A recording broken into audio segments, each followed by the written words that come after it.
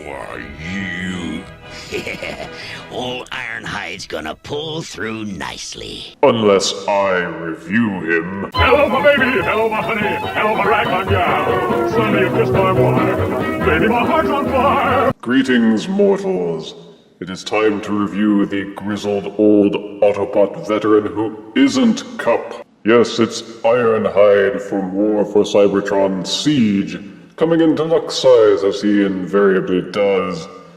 Ironhide goes all the way back to Generation 1 when Hasbro let Japan mangle their old Diaclone figures into the jumbled mishmash that was Ironhide and Ratchet. Of course, the animation model looked nothing like it, and it was also voiced by Peter Cullen of Optimus Prime fame. It's just that with Ironhide, Cullen threw in even more of an exaggerated cowboy twang. My sonodar sensors will sniff him out.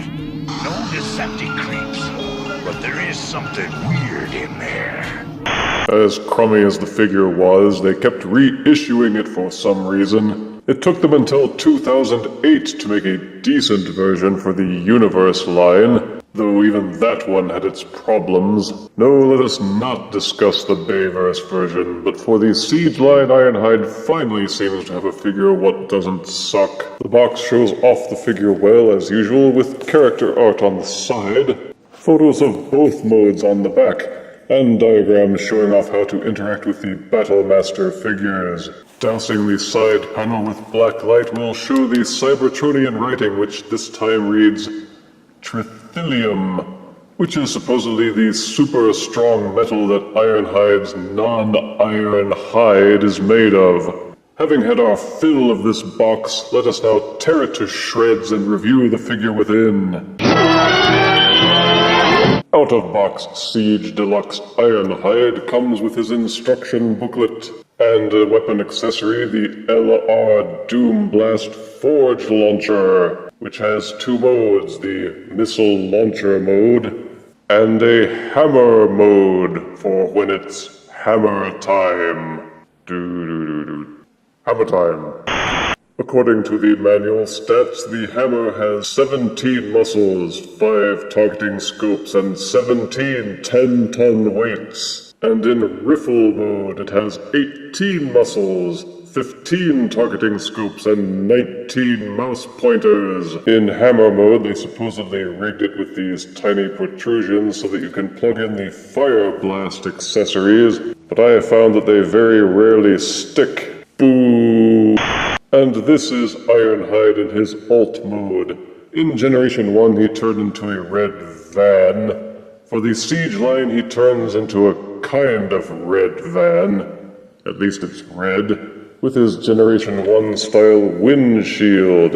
And for tires, he's red with some gray and silver highlights, while the alt mode is largely missing the splattery paint, which is well known on the Wave 1 figures. For Deluxe, he has some decent heft and feels solid enough. The tires don't roll particularly well, and they feel kind of flimsy. They rattle a lot on their pivots, and seem to be little more than hollow inverted hubcaps. Turning him upside down, there is this one hollow spot, but otherwise he maintains his lines pretty well, and you can't generally tell by looking that it's a robot in disguise. And as a Siege figure, of course, he is loaded with ports for plugging in Battlemasters, Prime Masters, and Fire Blasts. The hammer plugs in. The ports on top tend to be kind of crowded depending on what you plug in. There are ports on the front and back of the van. One thing notably missing are ports for the sides of the van. It would have been nice to have at least one on the side door panels so that you can plug in other weapons for side saddle rootin' tootin' action. But he still has plenty of ports for plugging things in, which means that you can load him up for the infrequent times when he may actually be useful in a fight. Transforming Ironhide isn't overly difficult. Start by prying loose this front panel and flipping it downwards. Untab the side panels, which isn't overly difficult because they don't tab in that solidly to begin with.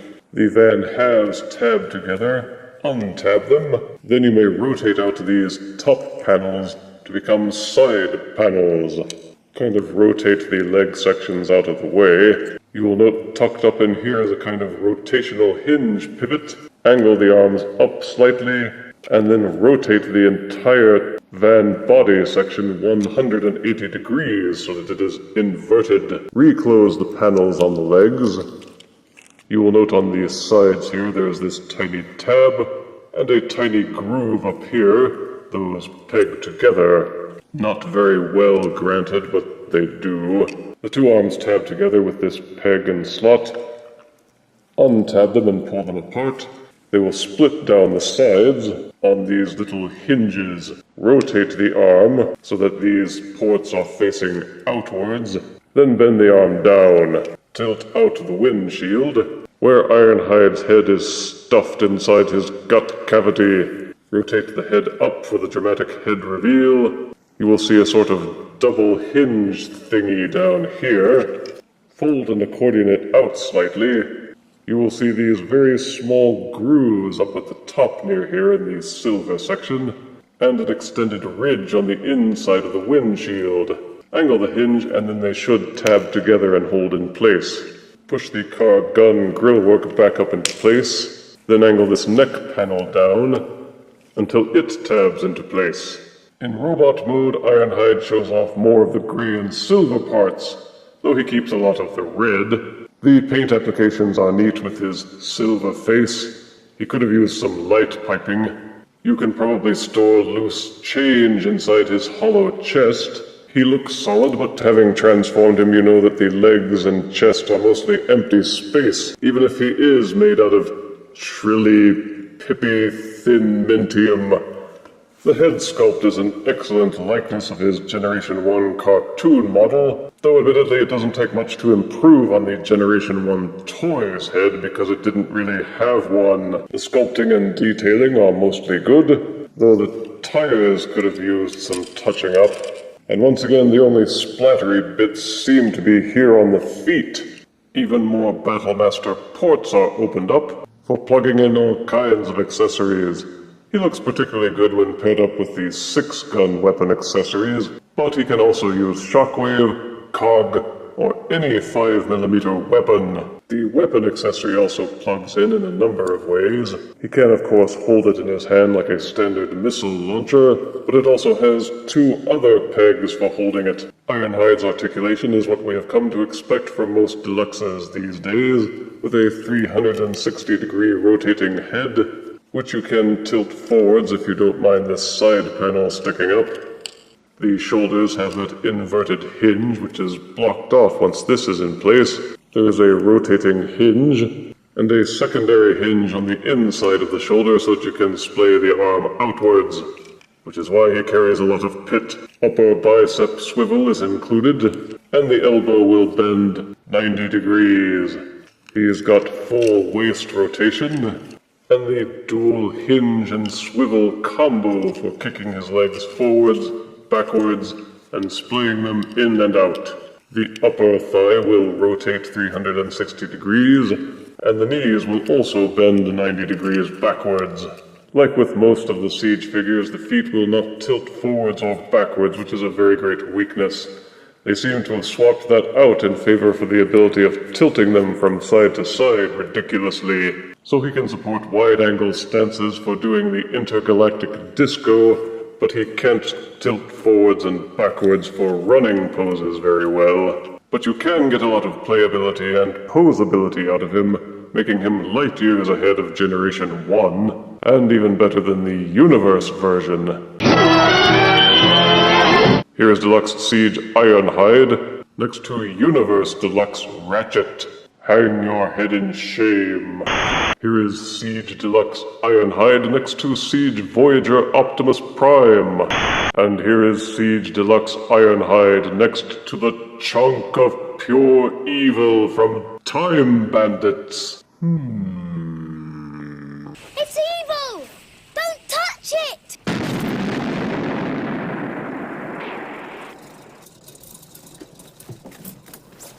I'm okay.